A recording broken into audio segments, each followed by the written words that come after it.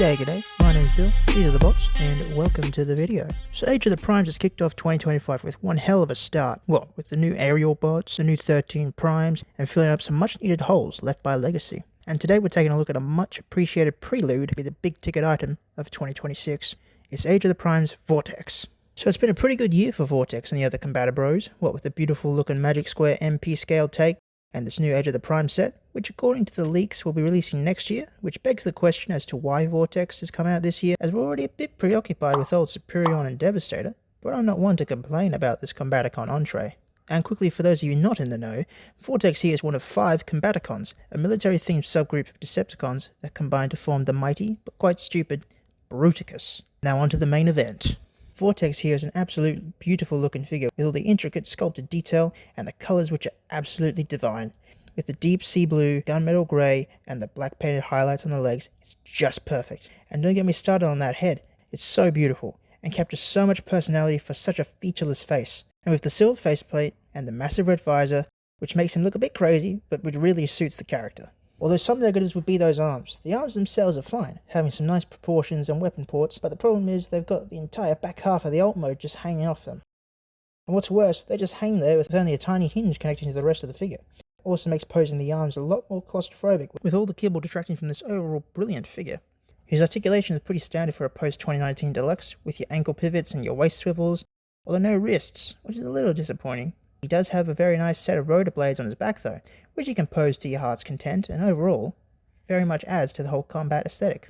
I will say this though, ever since 2022 with Legacy Dragstrip and the other Stonacons, it is great to get combiner limbs that function properly as individuals unlike the old days.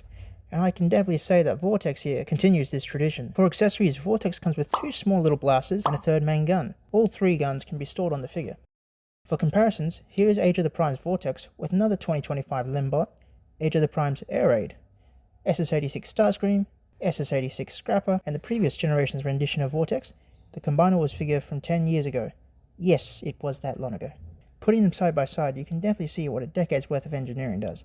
I mean, they hardly even look like the same character. To be fair, the Combiner Wars Vortex was going for a more toy-accurate paint scheme, and also had to turn into 4 things, whereas the new one only has to be a robot and a helicopter, and then split in half for the combined mode.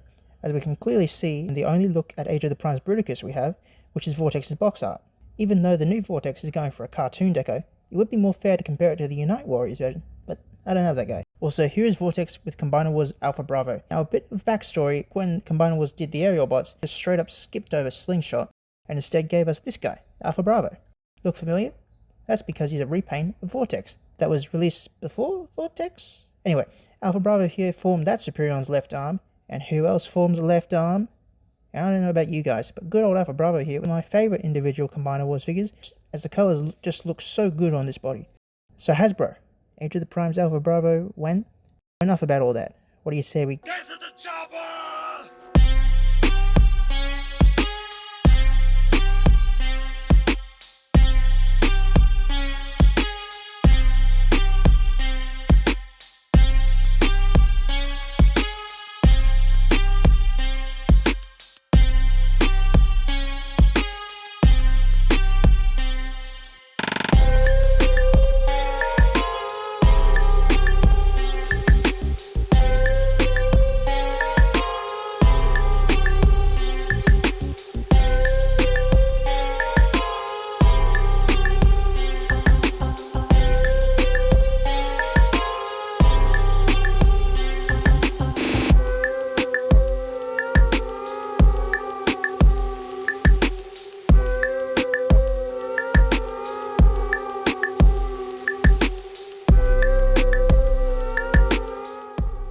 Transformation is quite an interesting one. The bottom half is your pretty typical Combiner Wars leg fold up, but the back half is quite unique with the way the arms work. But what you're left with is a stunner of a chopper mode, and thanks to the transformation, there is next to no kibble on this mode aside from the head just hanging out back there.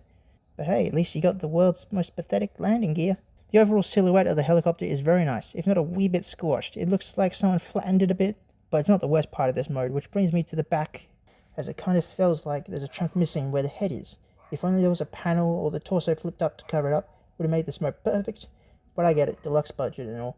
And on the underside you can see the slots that will combine Vortex to the Commander class Onslaught, which will be released next year. They're very similar to the aerial bots as well. Alpha Bravo foreshadowing, Hasbro. I do really enjoy the paint on this mode, with the nice blue strip on the front and nice crisp windows, even if one of the side ones is cut short by the shoulder hinge. For weapon storage, all three blasters can store in multiple places across the vehicle mode to arm him up.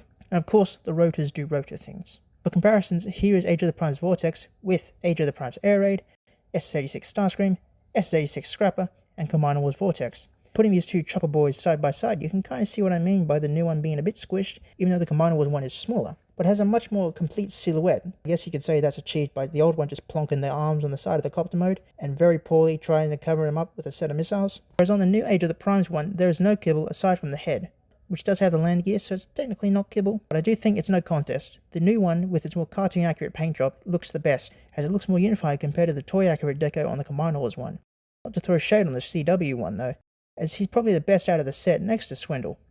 But yeah, the new one is the clear winner in my book. And also, here is Age of the Primes Vortex with Combiner Wars Alpha Bravo. And all I have to say is, please Hasbro, please. With the inevitable release of the rest of the Combaticons next year, I'd say it's just downright rude of Hasbro to be releasing such a good figure this early. All I can think about is what the rest of the team are going to look like, such as Shuttle Blastoff as an apology for Combiner Wars, and Brawl and Swindle are going to be Voyagers, which is going to be the first for a skeleton combiner, and I'm also looking forward to see my boy Onslaught as a big old Commander class figure. Overall, Vortex is an absolute must-buy, especially if you're a Combaticon fan and looking forward to Bruticus like me. But even if you're not, the colours alone are enough to justify this guy. He looks so good on any shelf you put him on. Also, he blows the Combiner Wars one out of the water. So I've been Bill, these are the bots. Until next time, have a good one.